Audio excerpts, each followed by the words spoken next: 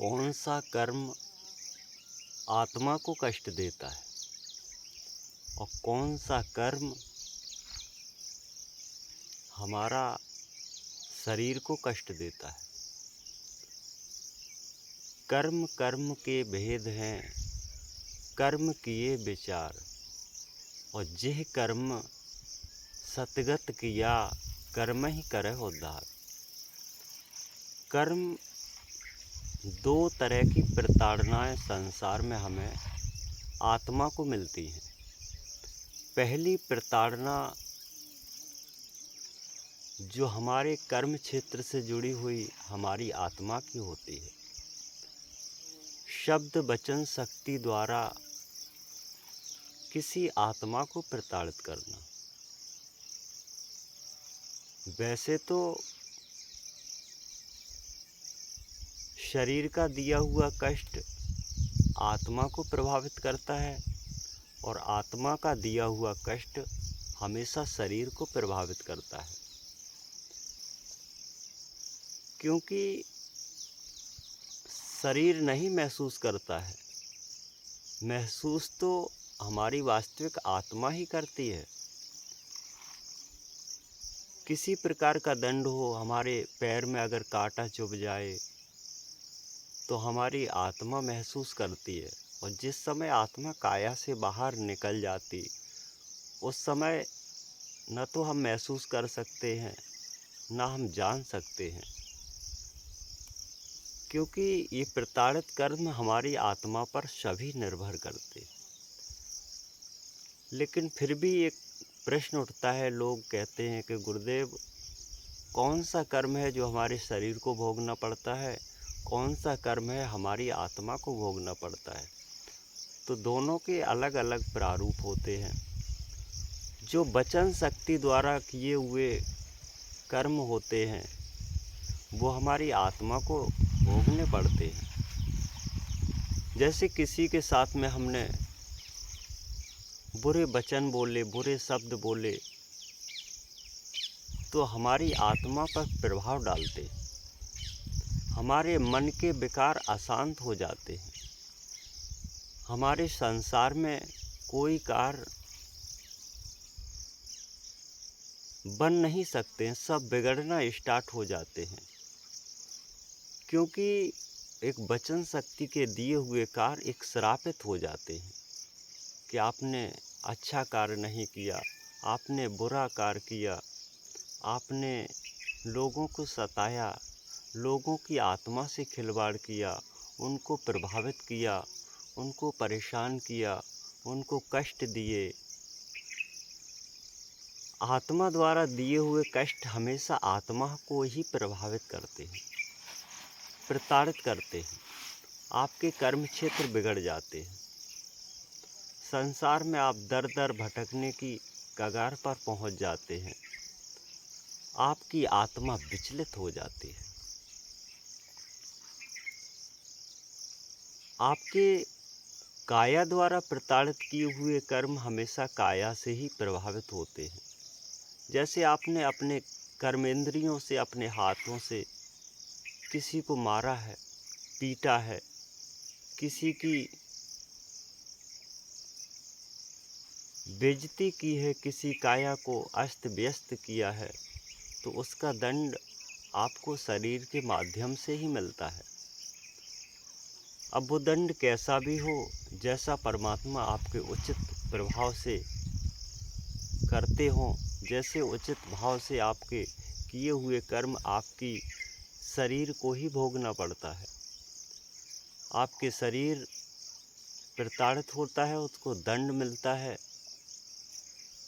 वो हमेशा कष्ट में भोगता है, फिर पछतावा होता आपकी आत्मा को,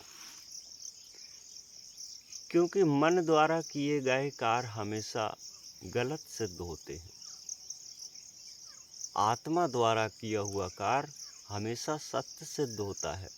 इसलिए आप हमेशा वास्तविक जो कर्म करें अच्छे करें, वास्तविक सद्कर्म करें, वास्तविक संतों की सेवा करें, वास्तविक मीठे वचन बोलें, जो आपको, आपकी आत्मा को, आपको मन के विकारों को समाप्त कर देता है,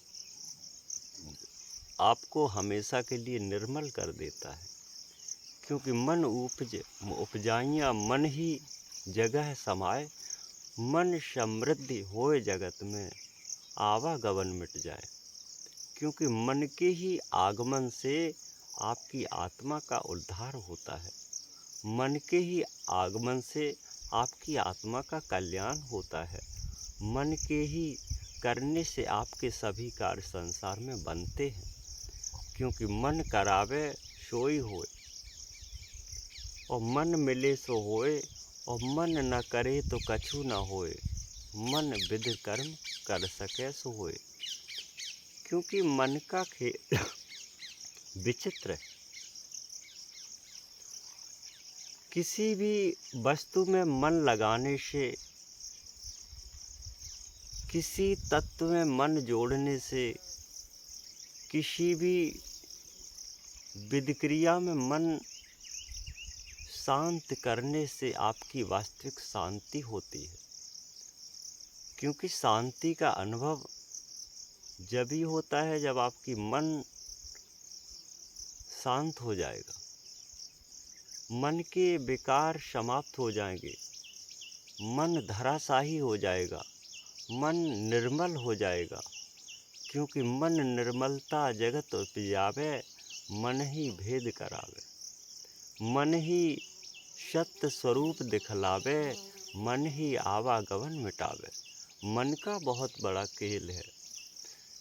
यही मन के प्रताड़ित किए गए खेल आपकी आत्मा को, आपके शरीर को प्रभावित करते हैं। किसी के साथ में चुगली करने से, चोरी करने से, कपट करने से आपकी आत्मा प्रभावित होगी। उससे आत्मा से किए गए प्रभावित कार्य, मन से किए गए सभी कार्य बिगड़ते हैं, तो आपका शरीर ध्वस्त किया जाता है। इसकी वजह से जो भी कार्य हैं सम्मिलित होते हैं, जो भी कर्म क्षेत्र होते हैं सम्मिलित होते हैं। दोनों को दोनों का प्रभाव पड़ता है, आत्मा को शरीर से और शरीर को आत्मा से। क्योंकि आत्मा का प्रभाव, आत्मा का कष्ट आपको शरीर को मिलता है, और शरीर का किया हुआ कष्ट आत्मा को मिलता है। क्योंकि ये दोनों एक दूसरे से सम्मिलित हैं। अगर आत्मा शरीर में नहीं होगी, वो परम तत्व, वो ऊर्जा अगर शरीर में आपके में नहीं होगी, तो आपका शरीर उस पीड़ा को महसूस नहीं कर सकता है, उस दर्द को महसूस नहीं करता है। क्योंकि यही तो सत्य है। एक दूसरे से जुड़े हुए हैं, एक दूसरे से सम्मिलित हैं, एक दूसरे से अवस्था में अटूट विलीन हैं। क्योंकि संसार में किए हुए कार्य आपकी आत्मा, आपका मन महसूस करता है, आपका शरीर महसूस करता है। क्योंकि आपने अच्छा कार्य किया तो एक अच्छी फलोदायकम मिला, आपने बुरा कार्य किया तो बुरा ही उसका दंड मिला। क्योंकि यही तो अच्छे और बुरे का दोनों का फर्क है।